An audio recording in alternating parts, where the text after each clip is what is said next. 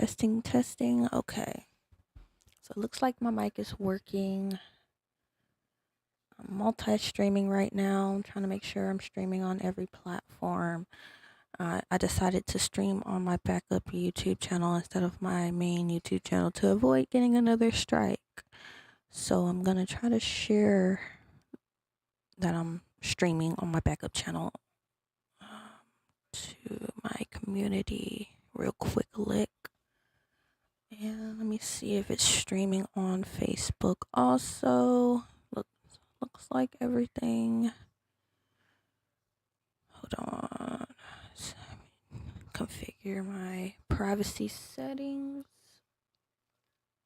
But it looks like I'm multi-streaming.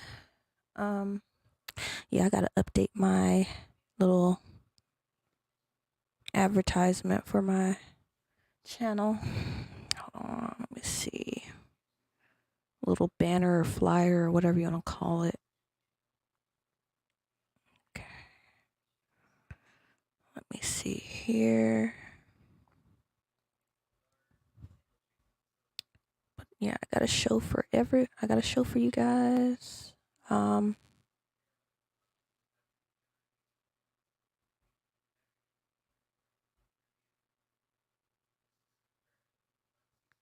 right.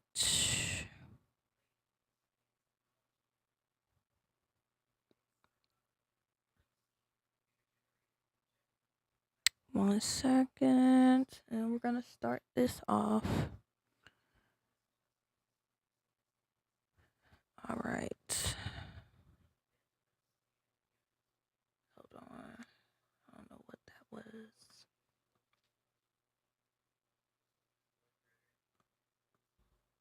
All right, here we go. So we're gonna start with a video of how the medical industry was created. This modern medicine, what we call modern medicine today.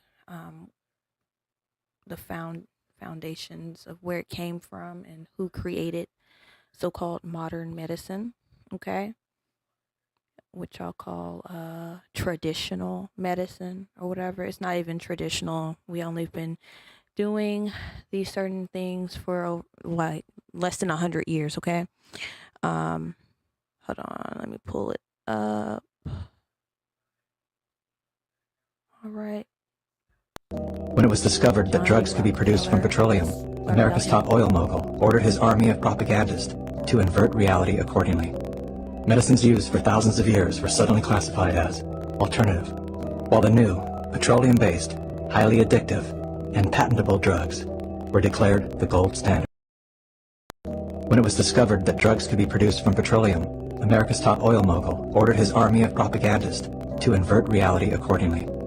Medicines used for thousands of years were suddenly classified as alternative, while the new, petroleum-based, highly addictive, and patentable drugs were declared standard.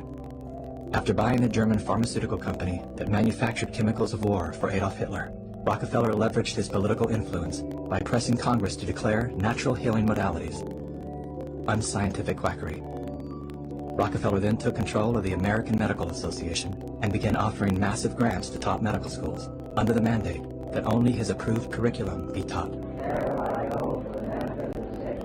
Any mention of the healing powers of herbs, plants, and diet was erased from most medical textbooks. Doctors and professors who objected to Rockefeller's plan were crucified by the media, removed from the AMA, and stripped of their license to teach and practice medicine. Those who dared to speak out were arrested and jailed. When evidence began to emerge that petroleum-based medicines were causing cancer, Mr. Rockefeller founded the American Cancer Society, through which he suppressed that information. John D. Rockefeller is duly credited as the founder of the pharmaceutical industry, and the reason that medical error is currently the third leading cause of death in America. This is not an indictment against doctors. More than anyone, they are under the stranglehold of the single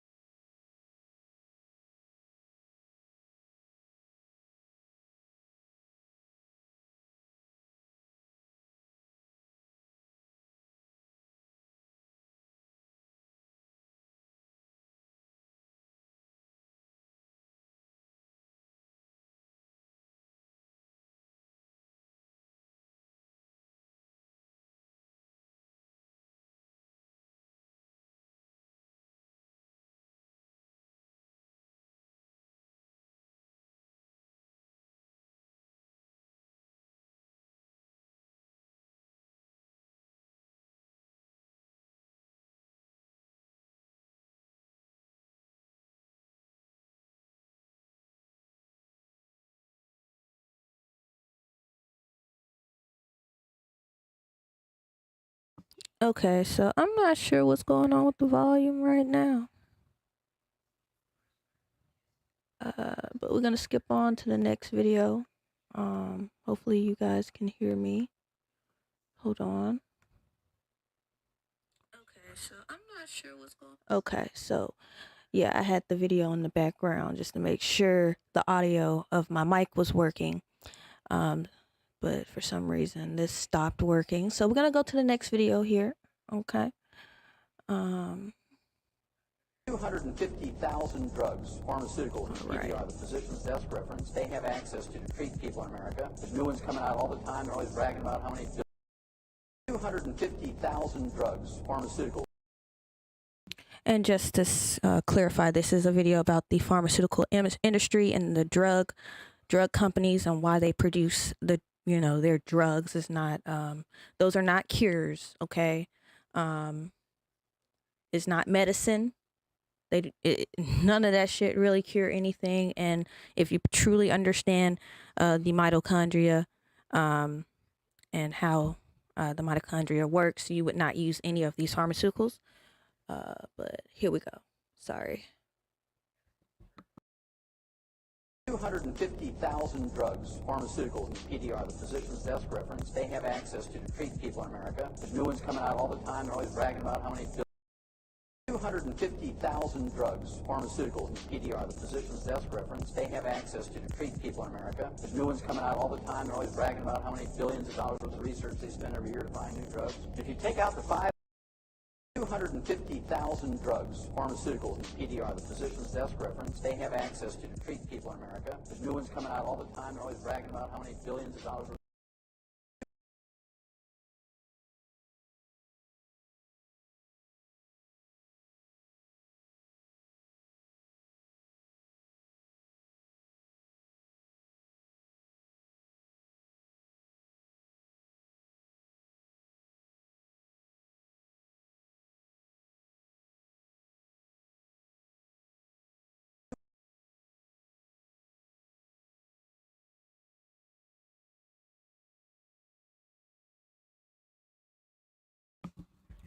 Okay, hold on.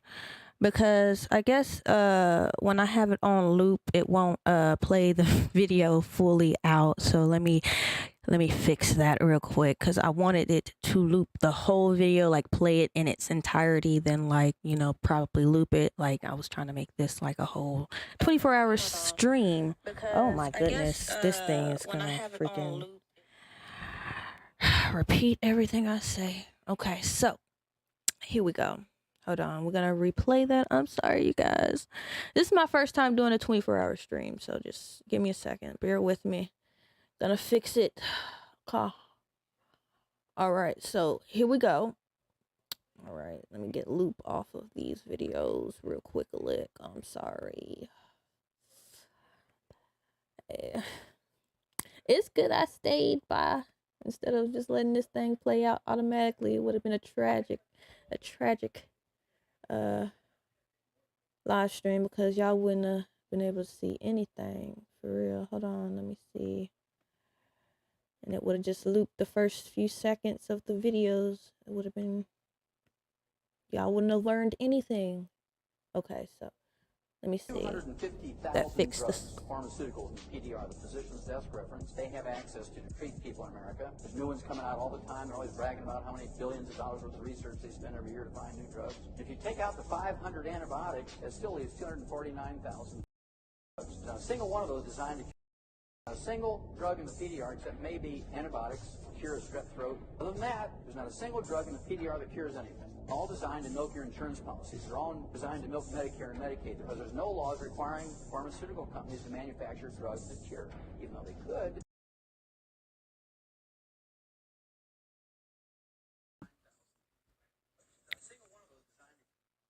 All right, so yeah. Let's go to the next clip here now. So I had to take loop off of the videos so y'all could like watch it. All right. If there's no creator. All right, so this is a replay of my live stream I did a few months back, exposing how these dispensaries are spraying toxic chemicals on the cannabis now, and that is removing the medicinal properties of cannabis. Okay, cannabis is actually one of the biggest, ancient medicinal plants that come from China. Okay, it's a part of ancient Chinese medicine. Okay, now cannabis was used in as a incense, also used in tinctures. They used to make it for teas and all that. And ingest cannabis. Ingesting it is better than smoking, but there's really nothing wrong with smoking. They're trying to push this narrative that smoking is bad, but for centuries we've inhaled smoke with no problem. It's the fact that they're putting PGRs, chemicals, on the cannabis. Okay, and that's causing people to have bronchitis and pneumonia and all these respiratory issues, and even cancer at this point. Cannabis will cause cancer due to these greedy companies spraying toxic chemicals on it. Okay, so this is what this video is going to be about. Also, cannabis was used to purge parasites out of the intestines, actually ingesting it. And there's so many other herbs that's used to destroy cancers and kill parasites out of your intestines and your bloodstream. But a lot of these herbs are banned, okay, from the US.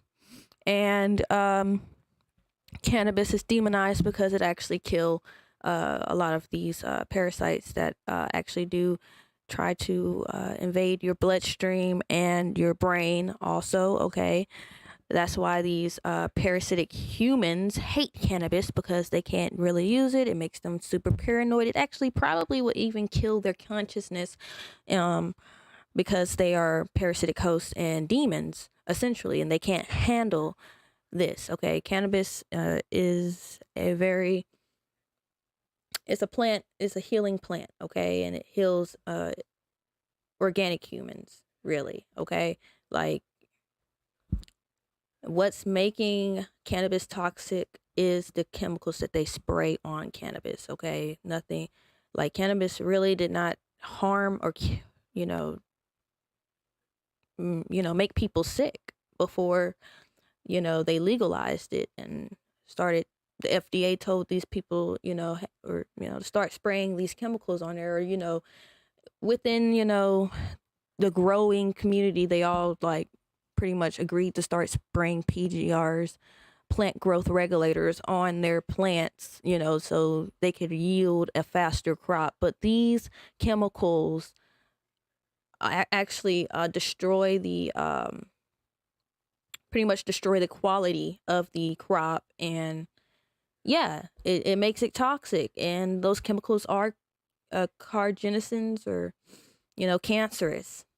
So they don't care, though. They want to make money. Okay, so I'm gonna turn the volume back on this video. I'm gonna let it play out. Yes, this is a replay, and I have a lot of videos actually on this list that I'm gonna be playing after, explaining the scam of the medical industry, the scam of germ theory, virology, how viruses have not been isolated, how they're tricking you guys by using PGR tests, which are DNA analyzers.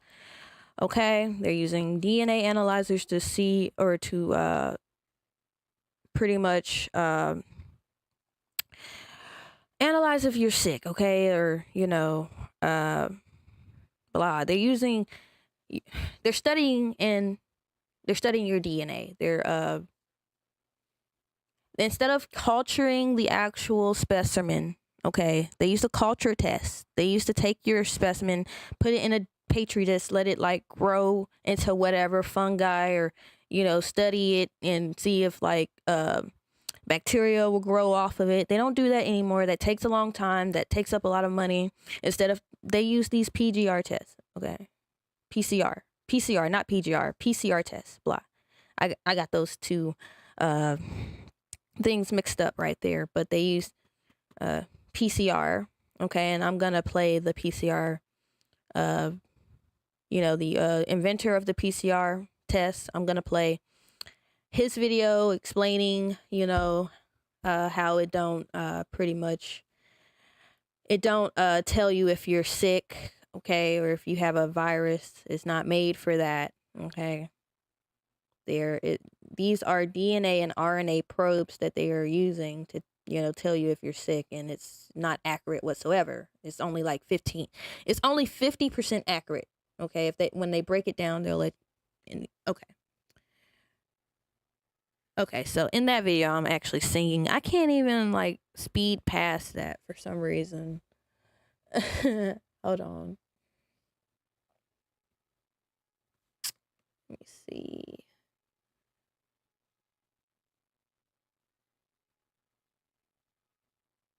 So, hold on. Let me see here.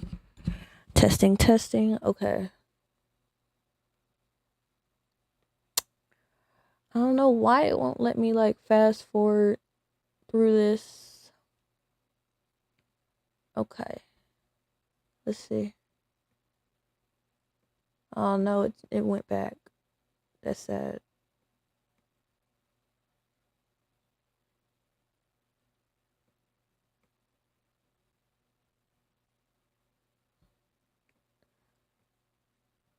See, that's the one thing I don't like about actually just adding the videos in the slides, because it won't let me have like full control.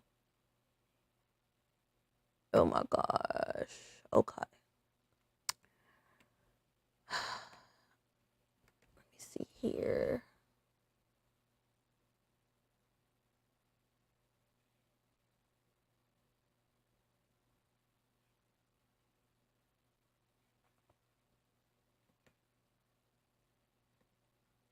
We're gonna come back to that one.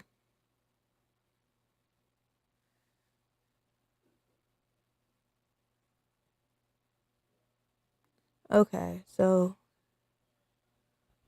here we go. This is explaining HIV, AIDS, the I'm here today to scam talk to you of about HIV, AIDS, elements, and compounds, this and is gonna mixtures. You thought I was break gonna say down total the cereal, but it actually PCR serves as test a very good also, example and of how that. it's a scam. People were waking up to this You before reach the in here and take scam-demic out of a couple of 2020, these wonderful flakes. but everybody was The distracted. very Okay, fact that so you can I'm look gonna at turn the these and volume see back on different to this, gradients of and brown I'll be right back, brown guys.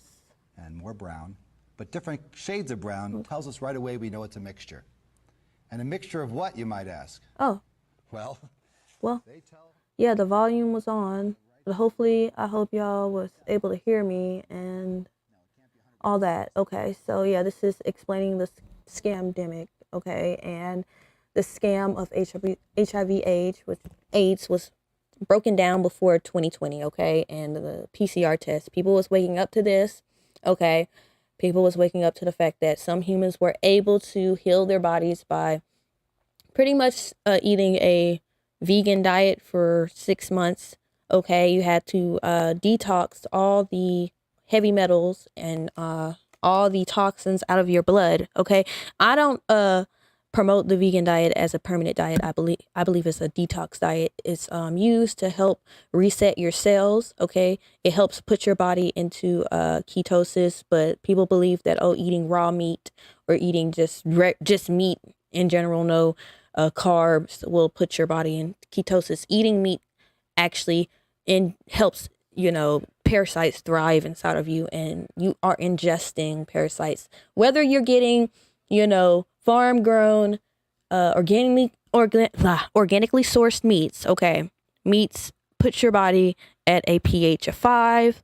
Okay, and all these animal meats will have parasites. Okay, it don't matter. Okay, I know it's hard for y'all to believe that, but you gotta purge out the parasites and the heavy metals. Okay, you gotta do a strict vegan diet for at least 6 months. Okay, to reset your cells and to clean out your blood. Okay, if that message do not agree with you, then you can just back out. Okay, because I know this is not for everybody. Okay, everybody's not the same. Okay, and this don't have anything to do with skin color. Okay, it's more like a blood type thing than anything. Okay, and you know, whew, okay, and we're gonna get into the blood type diet too. Okay, and they lied that being, you know, plant-based is not, you know, oh, blood do not benefit from being plant-based, but that was a lie. They don't want the true original humans to actually heal, okay, in this reality. So I'm gonna play this again. Hold on, we're gonna restart this, and I'm gonna turn the volume back on. Give me a second.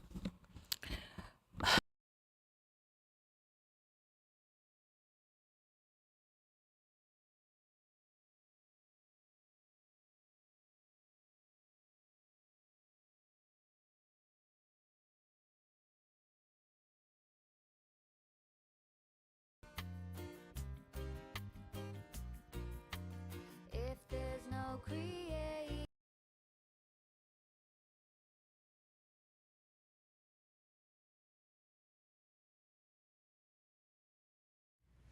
I'm here today to talk to you about elements, compounds, and mixtures.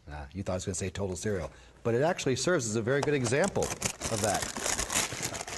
We reach in here and take out a couple of these wonderful flakes. The very fact that you can look at these and see different gradients of brown and more brown, but different shades of brown tells us right away we know it's a mixture. And a mixture of what, you might ask? Well, they tell it's a mixture of right here on the label. It's got 100% of everything in there. Now, no, it can't be 100% of all those things. Those are 100% of the recommended daily allowance of those things. But one of the things that kind of might surprise you is that there's iron in this cereal. Well, you say, of course there's iron. That's important for your diet. It is important to have in your diet hemoglobin molecules, which transport oxygen in the blood. They rely on iron. But is that the same kind of iron, students want to know, as like cars are made of, hammers and nails are made of? Yes, it is. Well, if there is in fact iron in these flakes, you would think that maybe they'd be attracted by a powerful magnet. Now, I've got a neodymium magnet right here, and it's very powerful. I can show you. Oh, there's some iron in that blender. So if there is iron in these flakes, we should see a definite attraction between the flakes and the magnet. So here we go. I'm going to bring this up next to them. I'm not seeing much here. No, not even that little guy. Well, there is an attraction, but because the iron in there is rather low concentration, it's not that strong, and there's a lot of friction between the flakes and the table. So here's an idea. We'll put these flakes in their natural environment, that is, floating in a little bowl. And I'm going to fill this Petri dish actually up all the way to the top and then some, so that they float just like that. They don't tend to go toward the surface, to the sides. And now, if you watch this, you can definitely see an attraction to the magnet. Or, if I go like this, I can have it switch directions. Oh, there's quite an attraction. Let's look at this small flake we had there. It's a good question. Is it going to be more attracted by the magnet or less? It's got less mass, so less inertia, but it's also got less iron. Oh, look at those two. They got magnetized and attracted to each other, I guess. Let's see this here. Flake definitely seems to be attracted pretty quickly, too. So there is iron, and you might be able to judge different iron contents of these cereals by having little flake races across the bowl. Another thing you might try doing, though, is extracting that iron from the cereal. And that's rather easy to do. That's what I have this blender for. So I'm going to put about a cup of water in our blender.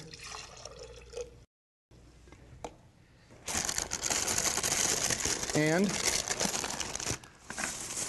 about a cup of cereal, which according to the label is, how many servings is that? Well, about a serving. 3/4 of a cup is a serving. So we'll get an idea of how much iron you get when you have a bowl of Total in the morning. Okay? So here we go.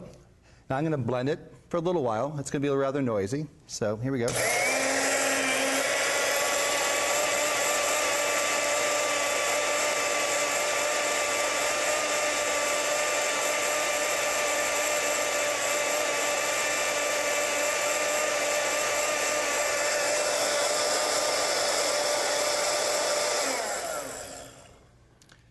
That's something you could call a serial dilution.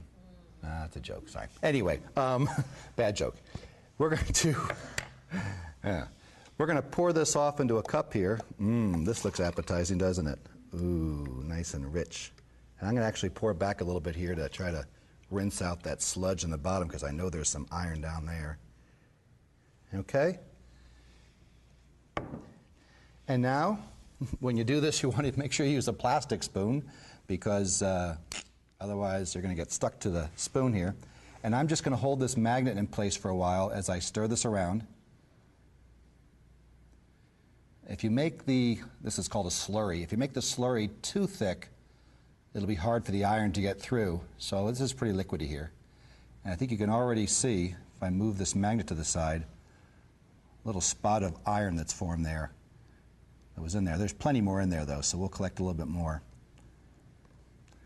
This really disgusts the students. They don't like to see cereal blended with water, and they certainly don't like to see elemental iron, the kind of iron that's in nails and car bodies, in their breakfast cereal. But it's important for them to realize that that's an important nutrient, mineral for them to have in their diets. Now, once it's in the body, of course, it digests and it gets converted into iron ions, but it is in there as elemental iron. So here I think we can get a good picture of, and I don't think I've gotten it all. I don't know how long I have to stir it to get it all to come out, but I've gotten a good portion of it there. And to show you that that is in fact the iron and magnetic, watch what happens when I pull it over there. Now let's pull it back here. Okay? So, there it is. Iron in your breakfast cereal. Good example of a heterogeneous mixture and a nice little mixture separation done quite simply. Thank you. California microbiologist Dr. Kary Mullis was awarded the Nobel Prize in 1993 for his development of one of the most widely used current techniques in molecular biology today, the PCR, or polymerase chain reaction. This revolutionary technique allows scientists to take a sample containing a very minute amount of DNA and replicate that DNA sequence until there are many copies. One of the first applications of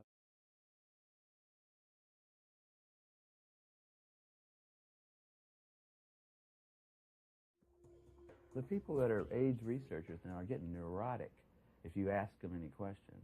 There was a time when I first started asking questions, all I wanted was, where are the papers? Just tell me the papers that you read that convinced you that HIV was the cause of AIDS, because I need to reference those papers in some of those. I was working on a test for HIV with PCR, and I needed to write a little report to the NIH to say, here's the progress we've made. And the first line of it was, HIV is the probable cause of AIDS. And I thought that was true. This is before I got involved. And I said, what's the reference for that quote? And I looked for it for about 2 or 3 years, and I never could find it. And by the end of 2 years, I'd ask everybody at every meeting that I'd gone to that talked about AIDS, I'd ask, I'd look through every computer database. There is no reference. There is nobody who should get credit for that statement. Now, that's a pretty weird situation in science, where getting credit for a discovery is the most important thing in your life as a scientist. It's silly to hear people saying, you don't believe that HIV causes AIDS? You don't believe that?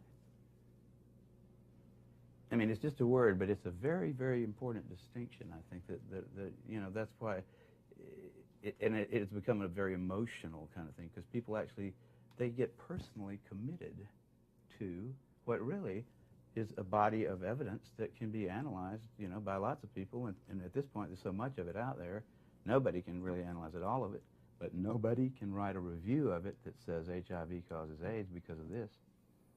If a postdoc were to write a review of their literature that showed without much doubt that HIV was the cause of AIDS, that guy would be famous. Now there's 100,000 guys out there who have the opportunity. 10 years has passed. We've been waiting for this star postdoctoral fella to distinguish himself forever and get a lifelong grant from Tony Fauci, but he hasn't shown up. No one has bothered to write a definitive review. Any journal would take it. That right there proves that HIV does not cause AIDS. Just because Bob Gallo gets up, takes his sunglasses off and says, "Gentlemen, we discovered the cause of AIDS." That's all we have. New York Times article, CDC report, that's all we have.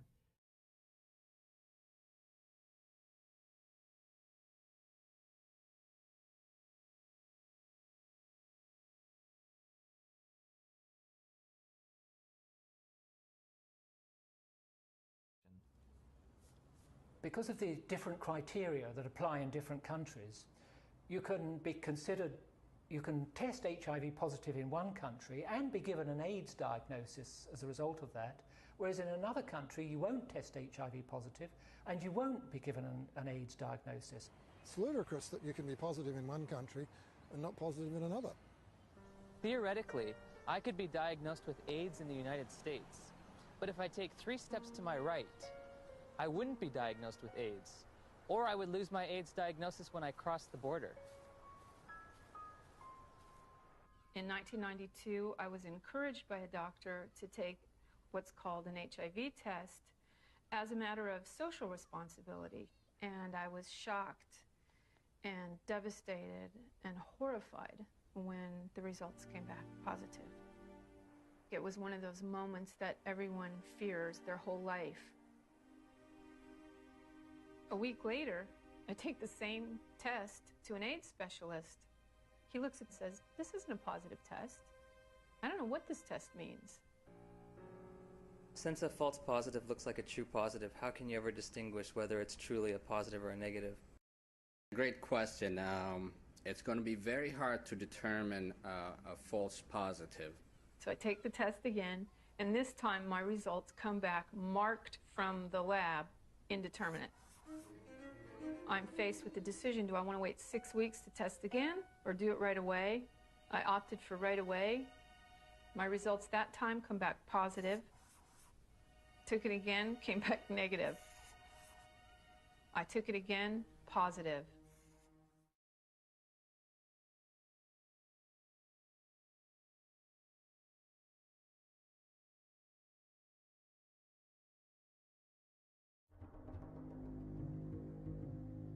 If we were talking about reality, the reality is that AIDS is over.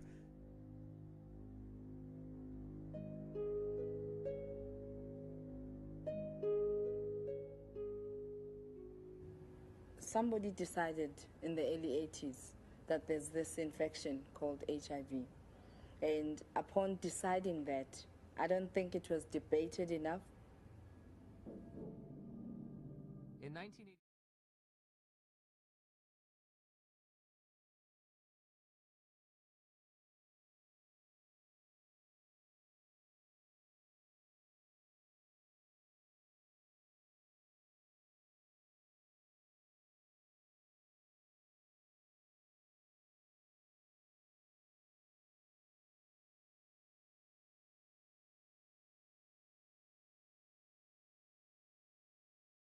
if you test positive, you are considered confirmed infected with HIV. But at the bottom of the page, in fine print, it states a person should have additional testing.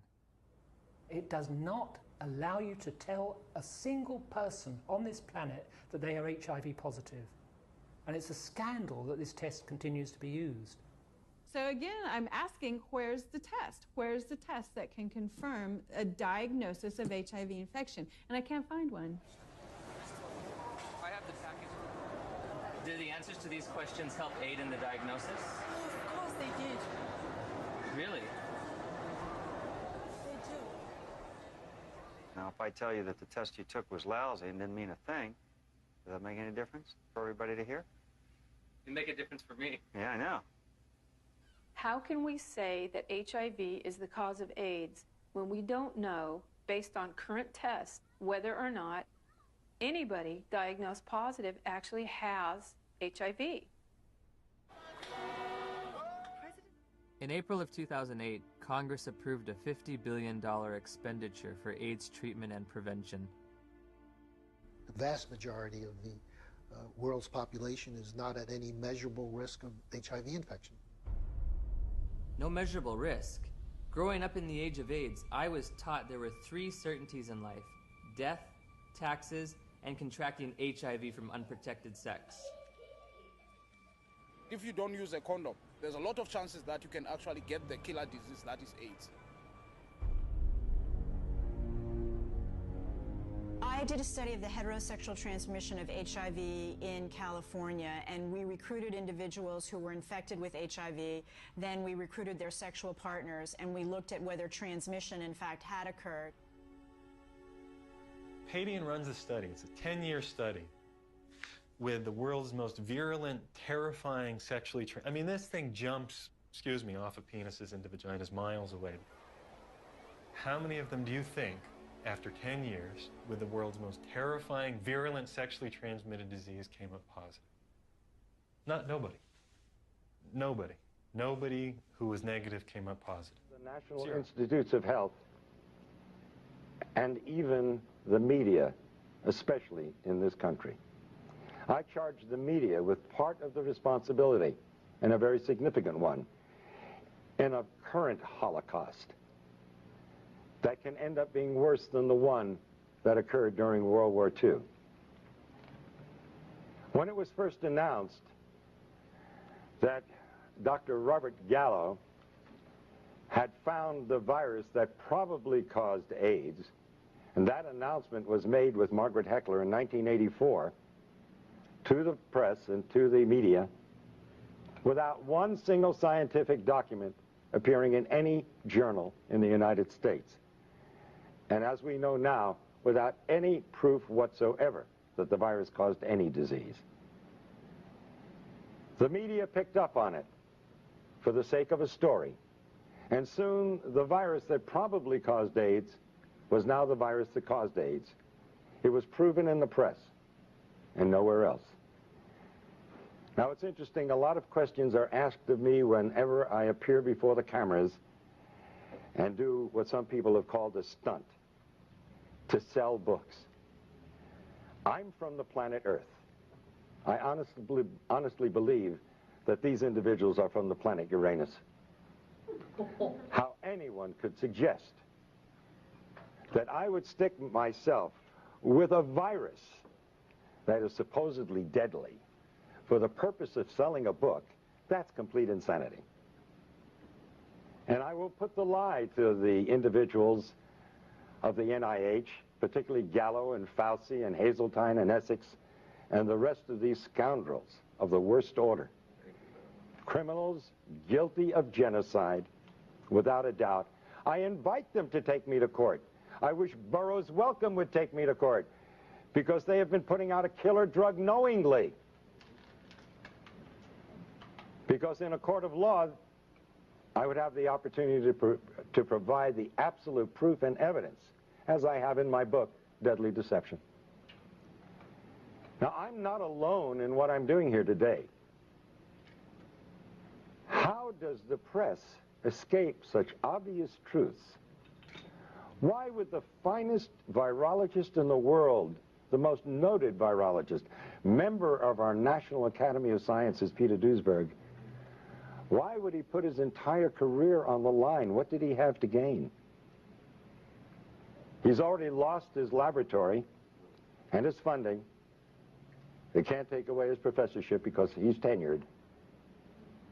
Why would a Charles A. Thomas, professor emeritus of Harvard, say the same thing?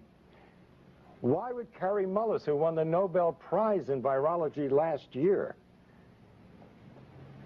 why would he stick his neck out? What did he have to gain?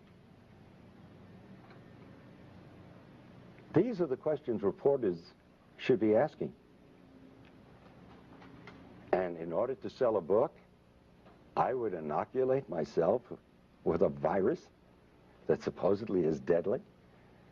Ever think that maybe we all know something that you just don't get? That if you take the virus out of the equation, you have a perfectly understandable disease with a perfectly understandable answer. And I might remind you, in case you are not aware of it, and if you haven't read my book, that we have known what causes acquired immune deficiency diseases for at least 70 years. It's in the medical textbooks. It's there for you to read. Number one cause on the face of this earth is malnutrition and starvation. That's African. Look to the headlines of the October 3rd issue of the London Times, Sunday Times last year. And the inside headlines that screamed across 2 pages, the plague that never was. Speak to Philip and Evelyn Kreinen, who head Partage with an organization of 250 people, their own hospital, their own doctors, their own laboratories, who have lived in the heart of the epidemic, supposedly, or the supposed epidemic, for 5 years. There is no epidemic. It doesn't exist. They are there. They're not some character who goes through from the World Health Organization and says, oh, I've seen the people dying. Of course you have. We all saw them on television in Somalia. What do you think you were looking at? That was AIDS, due to starvation, due to malnutrition. It's no big secret what's causing AIDS. We've known it for 70 years. Number 2 is drugs. And don't just think of street drugs. Because the number one cause of AIDS today is actually 2 medical drugs. AZT, a drug that was discovered in the 60s as a chemotherapeutic drug for cancer and was shelved because it was too toxic to treat cancer. A drug worse than cancer is being used to treat people who are immunosuppressed. Now let's go back to the other causes of AIDS. So it's not only street drugs but medical drugs, but now 3 is radiation. What do they worry about at Chernobyl and Nagasaki and Hiroshima? But number 4 is chemotherapy.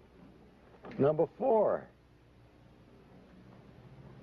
The number 4 cause of death of acquired immune deficiency diseases. Chemotherapy. And the most toxic chemotherapeutic drug of all times, AZT, is what they're now using to treat AIDS. And the Concord study, completed last year. Now, can you imagine saying to the world, where was the press? Where are you people? Here they're giving a drug that costs thousands of dollars a year, and it doesn't do any good? That's if you want to believe that. But did anybody here bother to look at the insert, the paper that comes with the drug? It's a DNA terminator. It means it is a terminator, just like the movie. It terminates life. You terminate DNA, you terminate life. And they talk about side effects in the insert. When are you going to learn there is no such thing as a side effect in medicine? It's an unwanted direct effect. And you know what one of the unwanted direct effects of AZT is? Lymphoma, cancer, one of the diseases of AIDS, as they call it. Oh, another so-called side effect, which is really an unwanted direct effect, pancytopenia. You need a definition?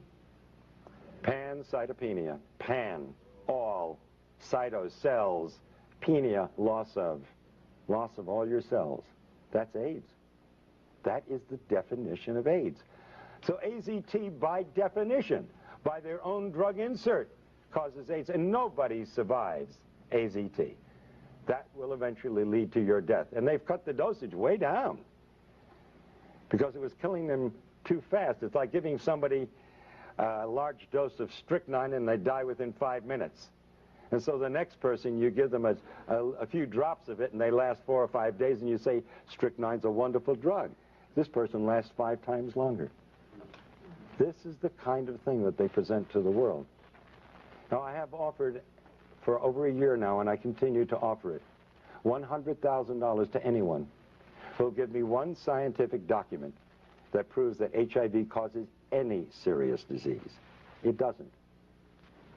It is a scandal and a scam beyond belief. The virologists who are responsible for this, what do they have to gain? Now, I don't know what Duesberg had to gain, or Charles A. Thomas, or Kary Mullis. He already got his Nobel Prize. Why does he come out and say it? And he's the one that found the test, the PCR reaction. And he said that there is no body of evidence that supports that the virus causes any disease whatsoever. But what about the individuals who have perpetrated this lie? They are all multi-millionaires.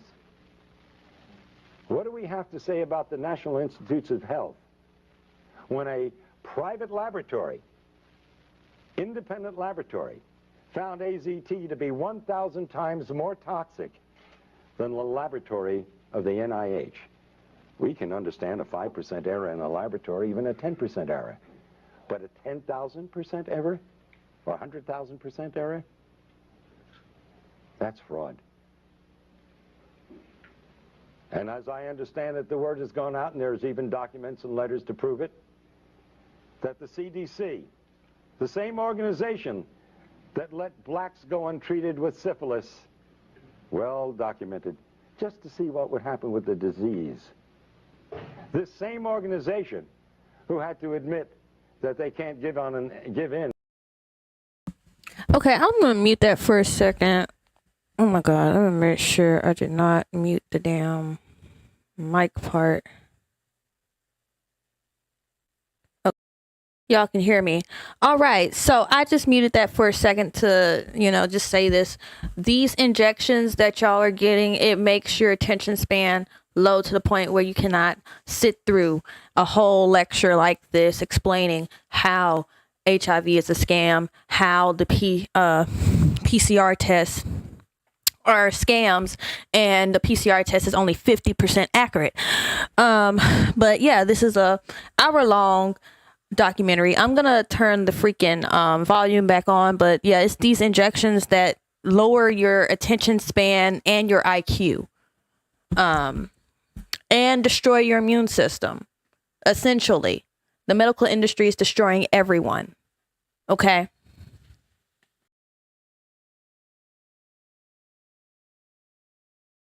Animal. Yeah. Is it just a mineral? Is it a mineral like any other mineral? Is that how it? What would you say?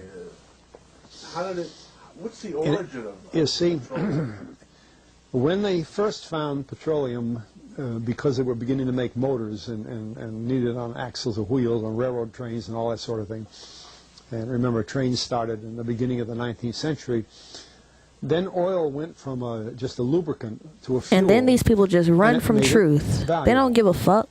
And Rockefeller happened to be the smartest man in the business at the time, but he made most of his money, or much of it, off the transport of the petroleum as well as selling it. But one thing they realized was, because oil is putting a price on oil is like putting a price on a pail of water. No initial cost. It's in the ground, and in those days they were, some of it, almost what you'd call surface mining the oil. They didn't go down deep. So in order to get the price up, they hit on the idea that they would have to make it appear to be scarce. Boy, after we take the next few barrels out, we're probably going to have to close as well. That kind of thing. Well, a very fortuitous event. In 1892, there was a convention in Geneva of scientists to determine what organic substances are. Well, the definition of organic is a substance with hydrogen, oxygen, and carbon. And so it's usually a living substance, a tree. You analyze a dead tree, hydrogen, carbon, and oxygen, and grass, and so on, living things.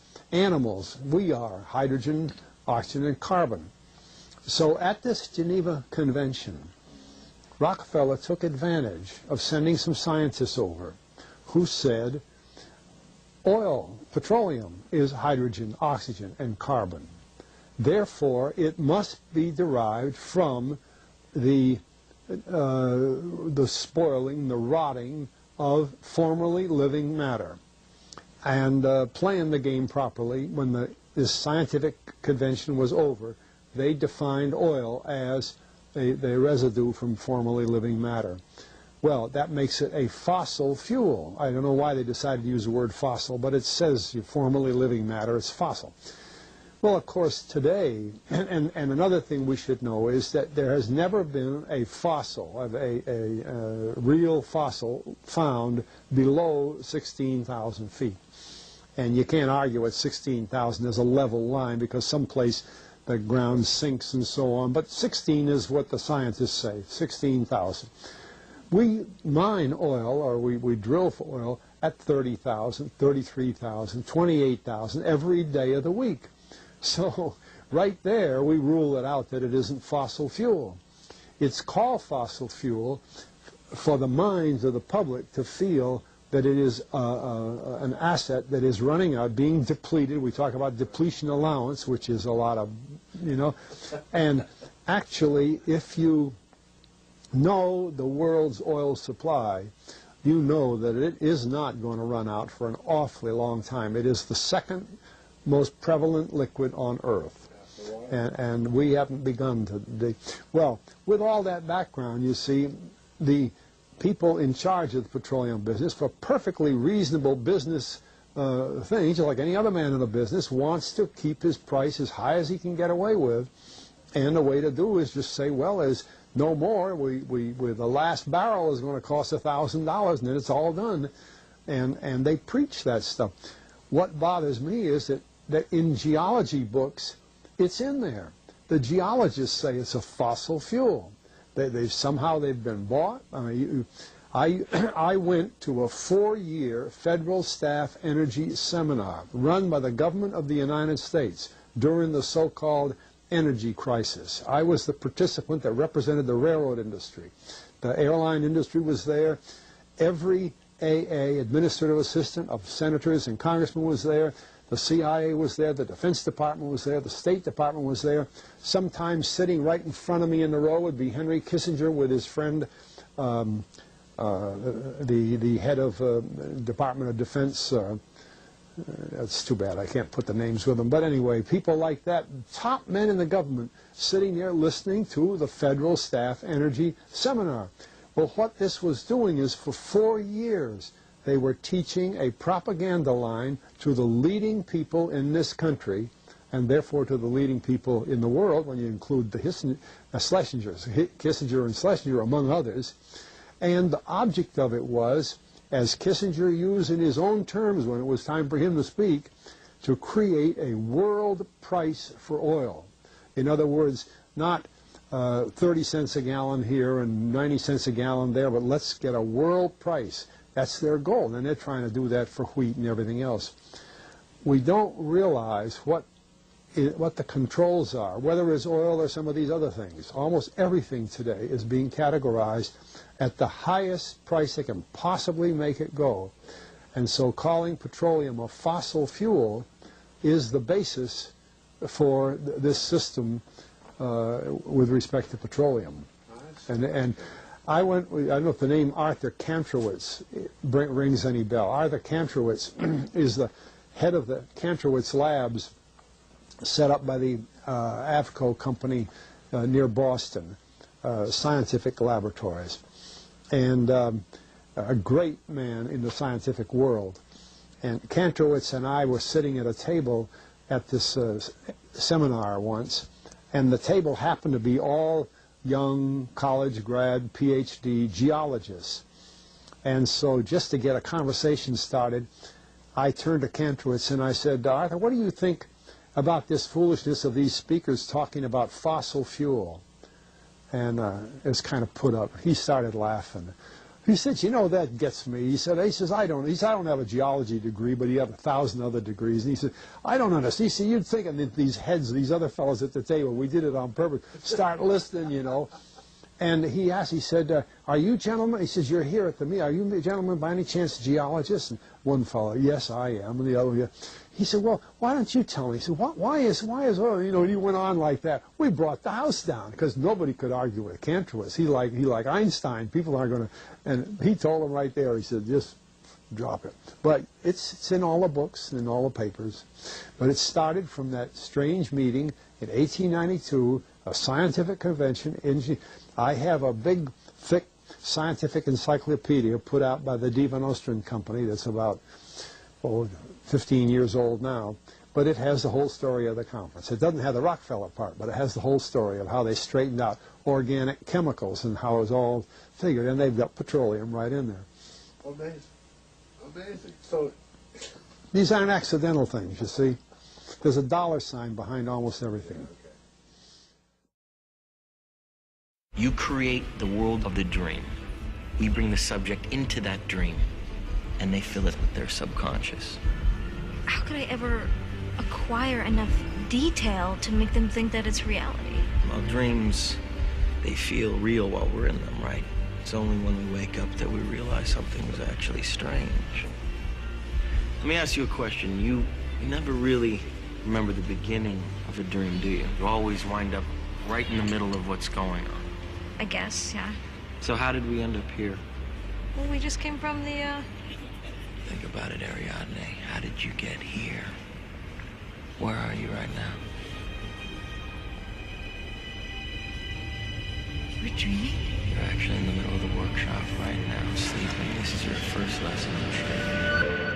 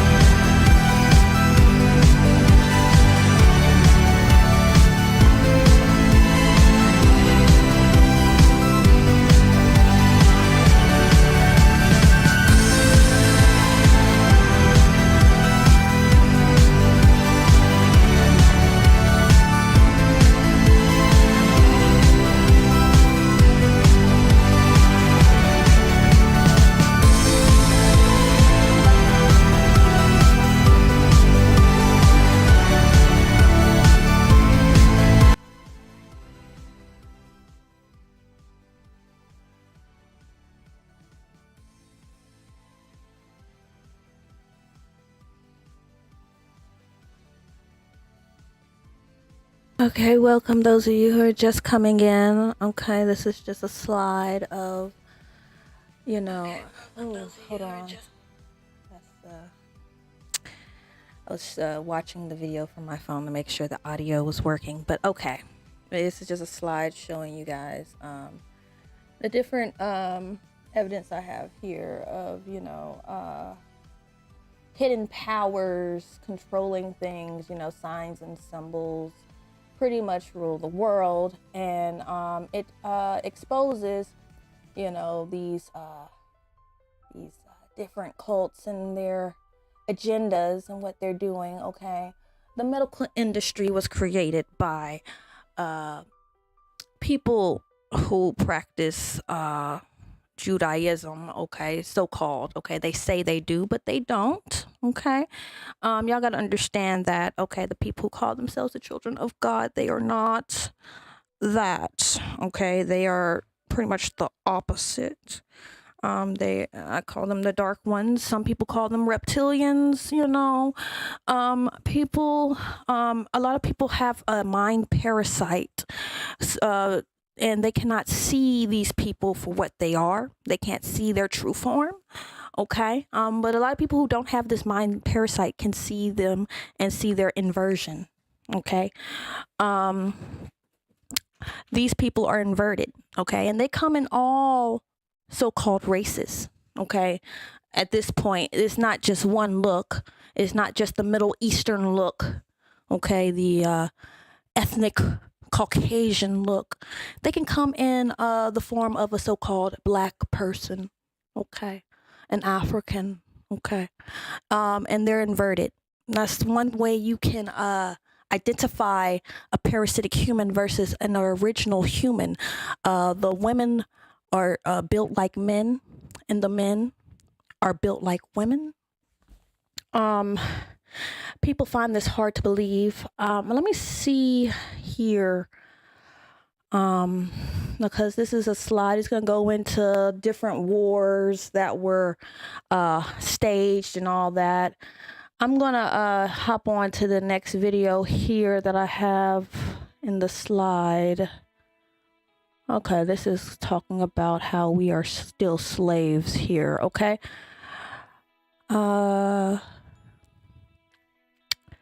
But mainly, I wanted to just stick to the health industry. So we're just gonna hop on to the next video I have in store for you guys. I'm gonna slide it on in here. All right, and this is a replay here of one of my lives. So here we go. We fucking mixed around for like over 200-300 years now. Y'all can't play this black versus white game anymore. Like, y'all gotta stop with this bullshit over here in America, because some of our people are of a lighter tone, like real talk. And there are unoriginals. There are unoriginals that are very dark skinned. Pheomelanin can be very, very dark skinned. Go look up what an ape looks like, a gorilla looks like with no fur. Go look up what a fucking polar bear looks like with no fucking fur. There is pheomelanin that can get really dark and be black, okay? Like, y'all not hearing me though. Like, y'all not fucking trying to hear me. Y'all can't play this black versus white shit now, because the indigenous was forced into, you know, procreating with the foreigners, okay? Indigenous women here in America. So yes, there are lighter tone people that has the mitochondria of the originals. Okay? Y'all see, you pro-blacks don't understand what mitochondria is. Y'all haven't studied the mitochondria. Like, if y'all knew what mitochondria was, y'all would not be going into those fucking clinics taking pharmaceuticals. Okay? And then y'all don't know real history. Okay? Y'all don't know anything about the Druids. Okay? There were lighter toned humans here. Okay? Been here for millions of years. Okay? I know y'all gonna be mad. Y'all want to believe it was a whole black planet. I know y'all want to believe that. But no, okay? There were lighter toned people here. It always was like that. But what's causing confusion is that the powers that be have technology to where they can clone humans with animal DNA. And that's what they've been doing. They've been creating fake humans, space fillers. Okay, they're running amok out here. Okay, these black apes. Okay, this is why Out of Africa is popular. This is why they don't want to, like, you motherfuckers will sit there and talk about Lucy all day, but won't even look up what Lucy looks like. Saying that we all come from Ethiopia. And we all descend from 3-foot-tall primates.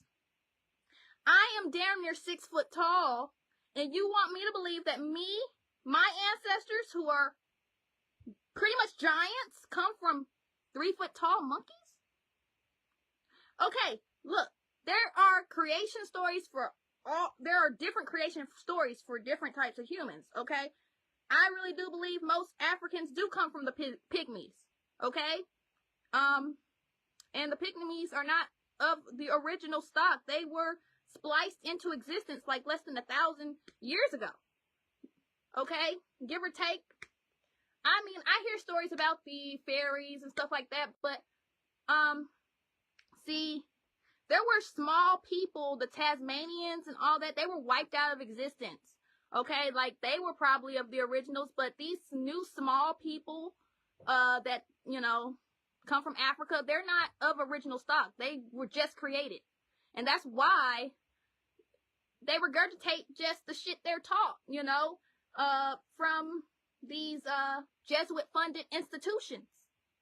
They don't have, these Africans can't give us an original creation story just like the, Aboriginal Australians. They have the creation story.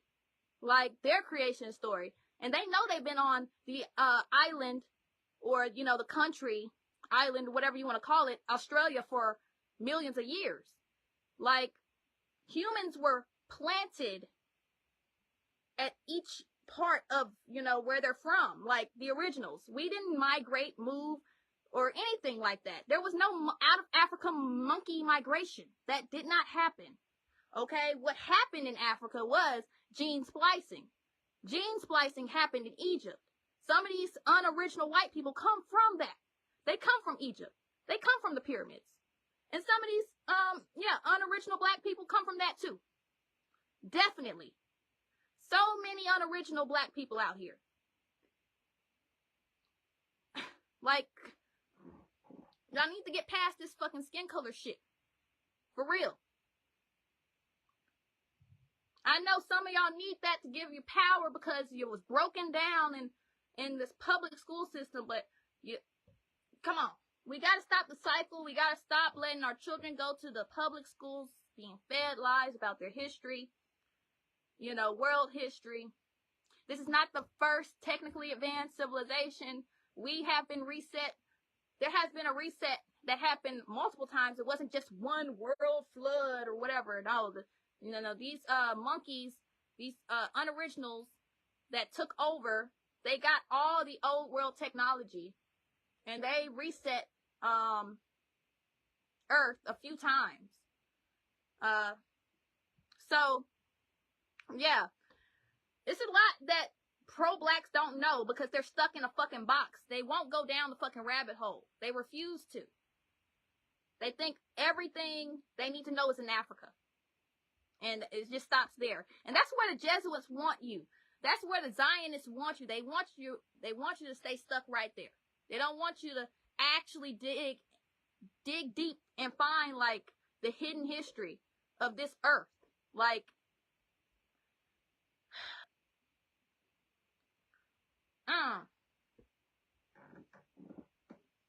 but man, y'all need the fucking parasite cleanse. Like, that's the title of this video. Y'all need the parasite cleanse so you'll be able to see who is original or not, okay? Like, a lot of y'all still got all these toxins in you, all in your bloodstream, like, from being injected with their shit.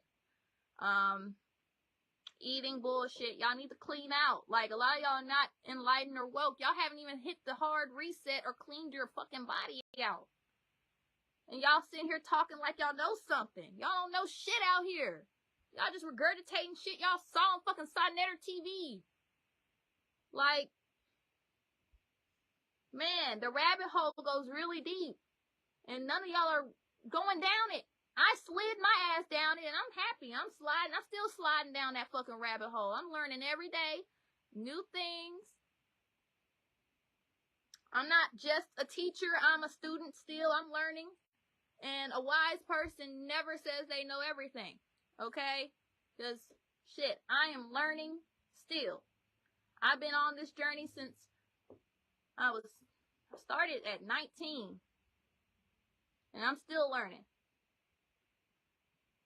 And I'm going to be learning probably until the day I die. There's so many new things I'm learning about this reality. And these fucking pro-black niggas are just stuck in a fucking box. Y'all are just boxed in, y'all. Like, dude, y'all are not conscious of shit. Whatever. Bullshit. Still and crab legs. Like, y'all are just sick. Sick. You know you're an original.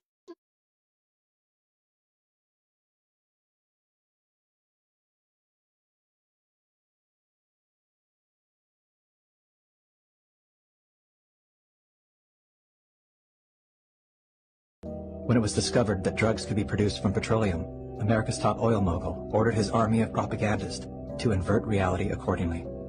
Medicines used for thousands of years were suddenly classified as alternative, while the new, petroleum-based, highly addictive, and patentable drugs were declared the gold standard. After buying a German pharmaceutical company that manufactured chemicals of war for Adolf Hitler, Rockefeller leveraged his political influence by pressing Congress to declare natural healing modalities unscientific quackery. Rockefeller then took control of the American Medical Association and began offering massive grants to top medical schools under the mandate that only his approved curriculum be taught. Any mention of the healing powers of herbs, plants, and diet was erased from most medical textbooks. Doctors and professors who objected to Rockefeller's plan were crucified by the media, removed from the AMA, and stripped of their license to teach and practice medicine. Those who dared to speak out were arrested and jailed. When evidence began to emerge that petroleum-based medicines were causing cancer, Mr. Rockefeller founded the American Cancer Society, through which he suppressed that information. John D. Rockefeller is duly credited as the founder of the pharmaceutical industry, and the reason that medical error is currently the third leading cause of death in America. This is not an indictment against doctors. More than anyone, they are under the stranglehold of the single largest lobbying power in Washington. Every year, the pharmaceutical industry spends at least twice the amount as big oil to influence laws, policies, and public perception. Thanks to Mr. Rockefeller, the architect of American monopolies, no industry has more power over our lives than Big Pharma.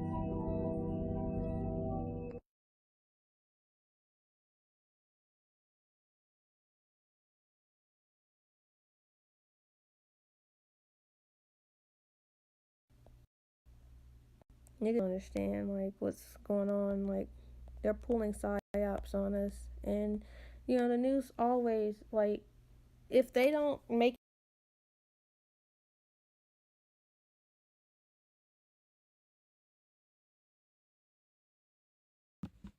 Okay, hold on. Oh my goodness. Give me 1 second, guys, because I had it on a video here for pharmaceutical industry once again. Let me see. It was about the pharmaceutical industry and how they just produce medications just for the hell of it to milk your insurance company. They don't cure anything. Like, none of these so-called medications cure anything. A lot of these so-called medications actually are just there to like numb you Okay, like it don't. Hold on, let me see. Where is it?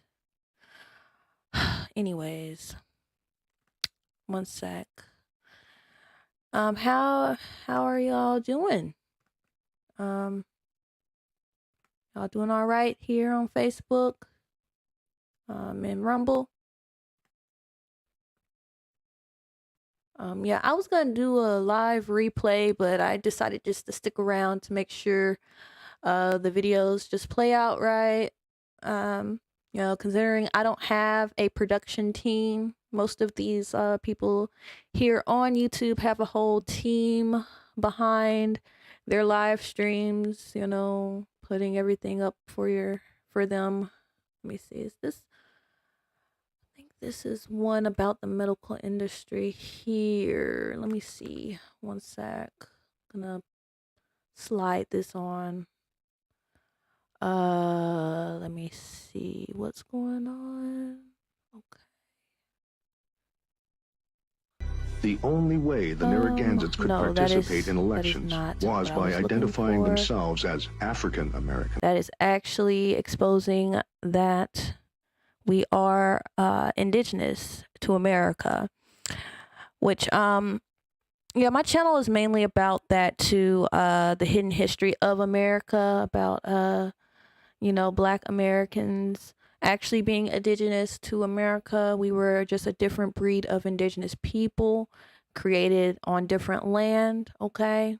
All indigenous peoples had their similarities, but yeah, that's the thing. There were we were created on different lands, and we had slightly different cultures. Like indigenous Americans were mainly herbivorous. Okay, some other indigenous humanoids were more carnivorous.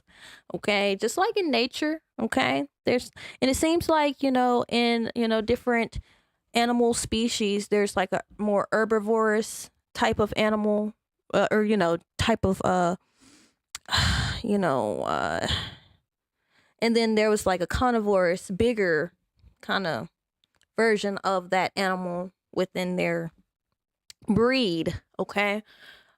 People just don't understand this. And then there are certain animals that look similar to each other, but they're not technically in the same species category. Okay. And then there are animals that are not even the same species that can breed. Okay, create hybrid. And then they, you know, and then they like to lie and say like their offspring is not, you know, fertile. But typically, mainly the females are fertile, and they can go either way. They can either breed back into one group or another. Okay, it's like they say the males are unfertile, but that's even a lie in some of these animals. The males can even reproduce, you know, back into their mitochondria line, like the mule, for example, a male mule, okay, could go back into the donkey side. Okay, it probably can't produce with the horses, but it could produce with the donkeys. People don't understand mitochondria. People don't understand that shit, okay, whatsoever. And they give all the credit of human reproduction to males, when it's mainly females that we pass more DNA to offspring. But you know, they hate to admit that out here. I don't know why it just put this damn video back up here. Hold on, I don't know what's going on, you guys. Give me 1 second. I'm gonna figure it out though. We're gonna figure this thing on out. Just give me 1 more second. I got this. All right, we got this. Okay, just 1 sec. I got a backlog of videos for days. Okay, if it's not the video I originally wanted, I have a backup. So here we go. We're gonna go to my video here. You know, how modern medicine destroys women. Here we go. Yep, here we go. All right. Boom. Oh, that's too big. That's way too big. Hold on, y'all. Let me fix that. Cause that is ginormous. I don't know what's going on. Make that a little smaller. And I'm gonna slide it on. Slide it on in. And 5, 4, 3, 2, 1. Let's go. Oh, Man, okay. Facebook That keeps is not. sabotaging the lives I do That's from still my not what I wanted, but I'm whatever. finna get back to my apartment and get on my laptop and just go live from Streamlabs, and hopefully I won't have these interruptions. But yeah, it's crazy. Like, I have Christians giving me slack, okay, about, my stance on, the medical industry and getting, these pokes, these injections and stuff like that. Okay? Now, okay, even in those Bibles, okay, it tells you in Revelations that the herbs is for the healing of the nation. Your creator gave you everything you needed to heal yourselves, okay? And it grows straight from the motherfucking ground. You don't have to mix up these chemicals. You don't have to get some weird extraction from an animal. You don't have to use like raccoon embryos and get like toxic metals like mercury and stuff like that and mix it together and inject it in people. Okay? You can just get a simple herb that grows off the ground like oregano. Okay? You can get St. John's wort. What else? Black walnut hull, or there's so many things in nature that can heal you. I just don't have my book in front of me to give you the list. But I mean, you have the power in the palms of your hands to do the research yourself also. Okay? Like, a lot of y'all want to be spoon-fed the information. I wasn't spoon-fed this information. I had to do the research. And I did 7 years. 7+ years. Because actually, I did wake up in 2012, but, I wasn't deep into, like, the hidden information. But, yeah. And even in your Bibles, like, it tells you that the herbs are for the healing of the nation. Revelation 2:2. Herbs are for the healing of the nation. Our Creator created us with an immune system. Your mitochondria is responsible for immune response. The microbes within your mitochondria is actually responsible for your immunity. Okay? These bacteria actually eat the dead waste and toxic waste in your body. Okay? When you kill off the cleaning agents in your body, you pretty much destroy your immunity. And that's what these people been doing. Been destroying our immunity with their poisons that they prescribe to you. Okay? Like, come on, people. And women should not have a loud smell. We shouldn't even be smelling bad down in our privates. It's the poisons and the fucking toxic foods that we eat causing us to smell bad. I cut meat out of my diet because I know that the supermarket meats that we buy is pumped full of poisons. They are purposely pumping the meat full of poison. And then the store-bought meats be sitting in those freezers for over a month. Maybe for a few weeks over a month, okay, before, someone buys it. And then, we get imported meats. We don't even eat meats that is hunted in America or, we do have like factory farms, but it's not many, okay? A lot of our meats are really imported from China. Y'all need to look that shit up. We get meats from other countries. We don't even get like, okay, we need more butchers, like actual butchers, hunting. We need more hunters and stuff like that. Like actually getting natural sourced meat, not like, factory farmed GMO clone meat. Cause like a lot of the meats be clone meat too. Like y'all not trying to hear me though. I cut meat out of my diet because I know there's a lot of fuck shit going on. Like, we trust the government too much, okay? And like, shopping in supermarkets, we made it easy for them to poison us, okay? Instead of actually going out and hunting and getting our own shit, okay? So they are poisoning the environment. They poison the foods that we get from the supermarkets, like even like the vegetables, okay? It's they spray chemicals on our veg. Okay, this is why I only eat organic. Okay, and I make sure my shit is like sourced organic. I get my shit from the not supermarket, but the the farmers markets. I get my fruit from there. I go to Trader Joe's. Yeah, I know supermarket, but I don't buy meat because they pump poison in there, too much steroids, antibiotics, too much poison in the meats.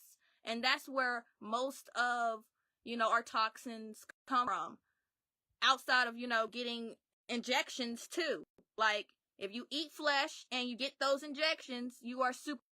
And then I know a lot of y'all who. Yeah, the audio's going in and out. I was live streaming on my old Android phone, so the audio might go in and out. It might be a little choppy, but I'm gonna let it play out a little bit longer. Then I'm gonna go to the next video. Getting mold spore injections, at these fucking these free health clinics, because they tell you got an STD from PR tests. Yeah, it's very choppy. So unfortunately, we gotta move on to the next little video I have for you guys. Hold on.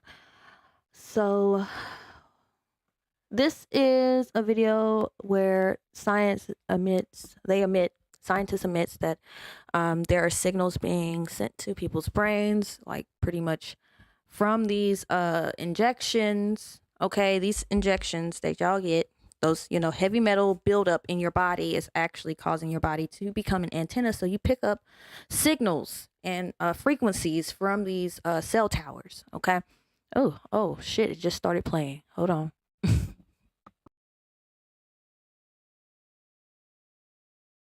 Damn, I wasn't ready for it to start playing.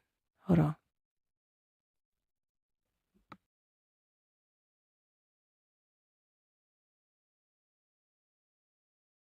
All right, so I'm gonna try to restart it. I'm happy the audio didn't just start.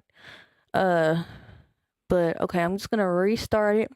This is showing how they pretty much control your minds, like through these concoctions. They say that protect you from things that have never been isolated before. These so-called, flying, invisible illnesses that will, just hit you from the air or particulates or whatever.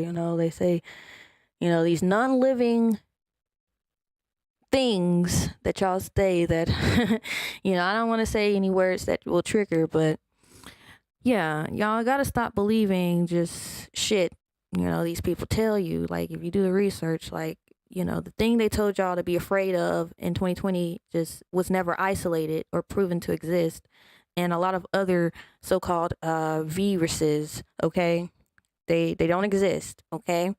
And they scare you with the germ stuff, but we are made of trillions of bacterial microbes.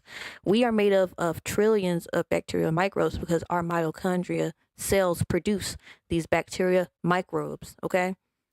From our cells, all of our cells, skin and all your organs and your muscle tissue. Yes, it's made of mitochondria cells. And within these cells, these bacteria microbes are produced. So that's why you are made of trillions of bacteria, and they make you afraid of yourself, okay? They make you believe that you need to take these pharmaceuticals that initially destroy your cells, okay? And y'all believe you're supposed to age so fast and shit like that. You get old by your mid-30s. Y'all really believe y'all are old at 30 or 35? And they got y'all putting these spells over your minds. Like, you're not supposed to think you're old at 30. Okay? I'm in my mid-20s, and like, these dumb ass motherfuckers got me want me to be afraid or sad of aging every year. Oh yeah, you're gonna be 30, you're gonna bottom out as a woman. That's bullshit. And I'm indigenous. You want me to really believe that shit? But there's, like, you know, lighter tone so-called white people that, you know, have, you know, our DNA too, and they, you know, they won't age like a banana. It's just a certain group, you know, the parasitic ones that really be aging bad, like, you know, dog years type shit. They, no matter what they do, they'll start wrinkling at 28. Okay, that's the thing. They hate indigenous people. They hate the original ones, us, because we, you know, we don't expire fast like them. We don't have the parasitic DNA or the kind of carnivorous animal DNA or whatever they have that caused that shit. Okay, I have my theories. Other people have their theories. People want to believe that the aliens created them or whatever. Whatever. But I'm gonna replay this video that's playing in the background right now. Okay, we're gonna listen to this video talking about how the CIA created these programs, studying the human mind and how they pretty much control your minds through these devices. The laptop, the computer, you know, your TV, your cell phone, they control you through these devices and program you. And they use these so-called, you know, pharmaceuticals to also control your mind and make you susceptible to, you know, believing whatever fucking authority figure tells you. You have no critical thinking skills, okay, because of these so-called, you know, vaccines or pharmaceuticals, okay? And I can't say certain words because I'm not going to trigger, you know, I'm not going to trigger these bots to come to my channel to flag me. Nope, I'm not doing that. So, I'm going to start this over. I'm sorry. I had to just explain what's going on here. And yes, I'm here. I know I'm replaying some of my old lives, but yes, I'm here. I'm looking in the chat. I'm gonna respond to some of y'all chats in a second on Facebook and Rumble, but yeah, like I said, I'm gonna restart this, so give me 1 second.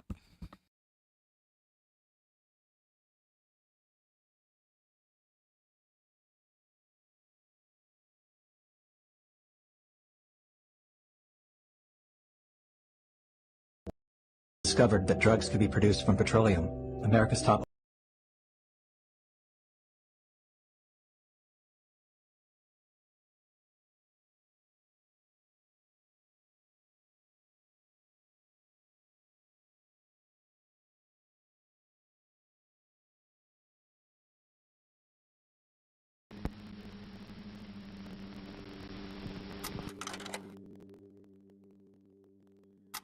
Educational purposes only.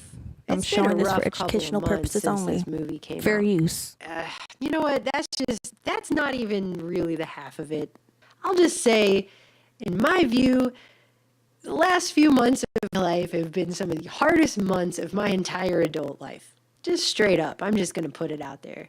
And a friend of ours suggested this book by Dr. Bruce Lipton called The Biology of Belief. And I listened to the audiobook of it. And I have to say, it took the dude a really long time to get around to the point. Or maybe it just took a really long time for me to get the point he was trying to make the way he made it.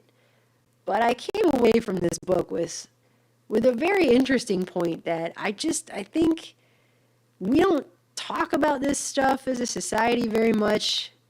Because I think a lot of times, especially when it comes to scientific concepts, the average person in public is talked down to. Like, we're all too stupid to get it. especially when it comes to our brains. Have you ever noticed that when they talk to people and they talk about neurology and they always talk to you like, your little brain has little neurons that send out little signals, like you're 5. Most of the nerve impulses enter here in the spinal cord. And they pass through here to this relay center at the base of the brain. Yes, that would be what is called the thalamus. And the impulses go on upward to their destination. Their destination in the gray outer layer of the brain called the cortex. But that was the one thing during the film that I think, it's one of the most basic concepts, but it stuck out with me the most. In the end, cybernetic modification of the human being makes information and its communication the key to control, making reality itself malleable, and our interaction with the technology at hand has created its own feedback derived from our interpreted reality. The world about us is accessible only through a nervous system. And it's something I think is greatly overlooked by a lot of people. I know it was overlooked by me. And that fact is that your reality really is based on your perceptions. For the majority of us, our brains are not making actual contact with the outside world. They stay in our skull. Hopefully your brain is staying in your skull, right? But your brain is continuously constructing your external reality based upon the signals that it's receiving from your senses. You are reliant upon your senses for the information that you need to construct the reality that you perceive. That's a huge distinction there. So there's the map, and then there's the territory. And the map is not the territory. And I think this is a very huge distinction about our realities that is overlooked by a lot of people. And it's just because it's not ever explained to us that way. Is this like a flat Earth video? Reality is based upon signals. I don't know. And it's not just your external reality that's based upon signals. Give me a second. What we got out of this book. So let's go back to the 90s when they were just making this claim left and right that some of us just have bad genes, that a lot of us do. We just have bad genes. Okay, never mind. Yeah, this is health. And, a lot of it's due to bad genes. That used to be a major assertion. Actually, in the past half a century, it has come to light that our genes don't control themselves. Our genes are neither on nor off. Genes have to be activated. And Dr. Lipton points out that these genes are either covered or uncovered by a protein, and in order for it to be activated, the protein sleeve has to be regulated. The gene controls nothing. The gene is merely responding to the signal that it gets from the environment. That, in summation, is a field of study known as epigenetics. That has to do with how different biological and environmental signals affect our gene expression. In fact, back in 2012, a research team led by University of Washington in Seattle identified the location of millions of DNA switches, quote unquote, that dictate how, when, and where different genes turn on and off in our bodies. There was even an article in the International Journal of Radiation Biology back in 2011 titled DNA is a Fractal Antenna in Electromagnetic Fields, and it had to do with EMF interaction with DNA, which contribute to reactivity of DNA with the EMF in the environment, which they concluded could account for the increases in cancer from all of the EMF in our environment, etc. In other words, it's signals that are the mechanism that control your genes.